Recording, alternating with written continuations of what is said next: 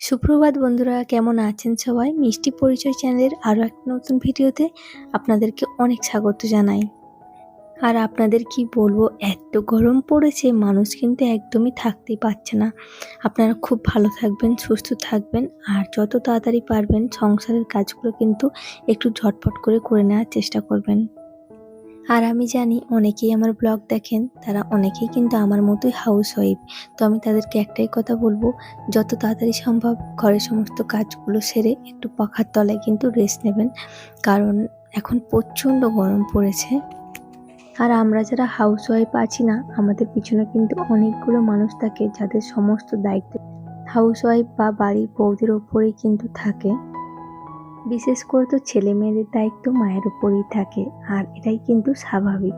তার জন্য কিন্তু নিজেকে ঠিক রাখা অবশ্যই দরকার। সকালে ঘুম থেকে উঠে গেছি অনেকক্ষণ আগেই, আর স্নান সেরে এখন জামা কাপড়গুলো মেলে দিয়ে চলে এসেছি। এই যে কয়েকটা ফুল ফুটেছে দেখছি গাছে, আর এই গাছের ফুল তুলে ঠাকুরকে পুজো দেওয়ার যে কি আনন্দ, সেটা মাত্র যারা করো তারাই কিন্তু জানো। তো এই গরমকাল আসলে কিন্তু গাছগুলো নেতিয়ে পড়ে। সকালে এসে জল দিয়ে যায়, দেখি বিকেলের দিকে ঝিমিয়ে গেছে, আবার যখন বিকেলে জল দিয়ে যাই সকালে দেখি সুন্দরভাবে তাজা হয়ে গেছে। তো এরকমভাবে কিন্তু চলতে থাকছে প্রসেসগুলো। আর আমি ভেবেছি না, মানে বেশ কয়েকটা গাছ আমি নিয়ে চলে এসেছি যেহেতু রুমে, আরও কয়েকটা ইনডোর প্ল্যান্ট আমার উপরে আছে, সেগুলো কিন্তু আমি নিয়ে চলে আসবো। যদিও বা ওগুলো একটু ছায়ার মধ্যে আছে সেজন্য কিন্তু রেখেছি, বাট এরকম করে কিন্তু গাছগুলো মারা যাবে। তো ভাবছি ও গাছগুলো কিন্তু নিয়ে চলে আসবো। আর এখানে দেখতে পাচ্ছ দুজন সদস্য, এ দুটো হচ্ছে আমাদের বাড়ির নতুন সদস্য। আসলে আমাদের ও বাড়িতে বাসা হয়েছিল, তো সেখান থেকেই দুটো বাচ্চা নিয়ে এসেছে। তো ওকেও অনেক বারণ করা সত্ত্বেও কিন্তু ও অনেক কান্নাকাটি করেছে, সেজন্য কিন্তু ওদেরকে নিয়ে আসা হয়েছে। তো আমি তো একদমই ইচ্ছা ছিল না আমার, তো বাবুর বায়নার জন্য লাস্টে রীতিমতো ওর ঠাম্মি নিয়ে এসে দিয়েছে, কারণ ওদেরকে ওদের মায়ের থেকে আলাদা করা কিন্তু একদমই উচিত না। সেজন্য কিন্তু আমি একদমই নিতে চাইছিলাম না। তো তারপর আবার জোর করে নিয়ে আসা হয়েছে আপাতত। তো দেখি, ইচ্ছে আছে একটু বড় হলে কিন্তু ওদেরকে ছেড়ে দিয়ে আসবো। আর ওরা কিন্তু ওর মার কাছে থাকলে সমস্ত কিছু শিখে যেত ওরা, কিন্তু এখানে কিন্তু কিছুই জানে না সেরকমভাবে। তো ভাবছি একটু উঠতে শিখলে ওদেরকে ছেড়ে দিয়ে আসবো আর কি। তো ওদিকে পুজোটা সেরে নিয়ে তারপর তোমার দাদাভাইকে 1 কাপ চা বানিয়ে দিলাম। চা বানিয়ে দিয়ে আমি এখন চলে এসেছিলাম ওপরে।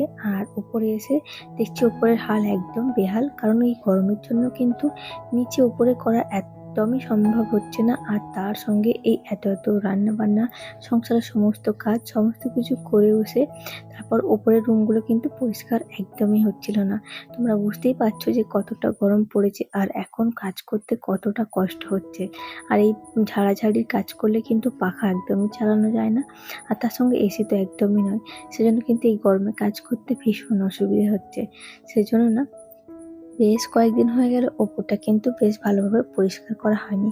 তো আজকে ভাবলাম না, যতই গরম হোক আর যাই হোক, আজকে কিন্তু এই কাজগুলো আমি করবই।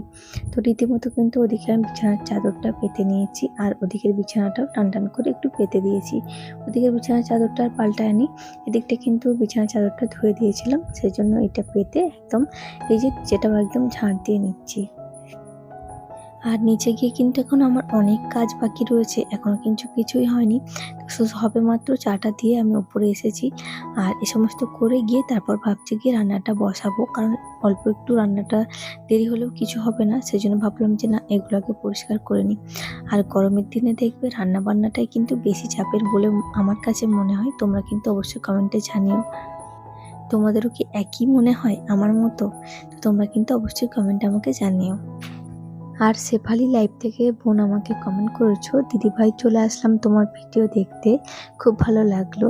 তো থ্যাংক ইউ বোন, থ্যাংক ইউ সো মাচ। এভাবেই আমার পাশে থেকো, আর তোমাদের সাপোর্ট আর ভালোবাসা কিন্তু আমার অনেক অনেক প্রয়োজন। তো তুমি এভাবেই আমার পাশে থেকো, অবশ্যই তোমার পাশে আছি।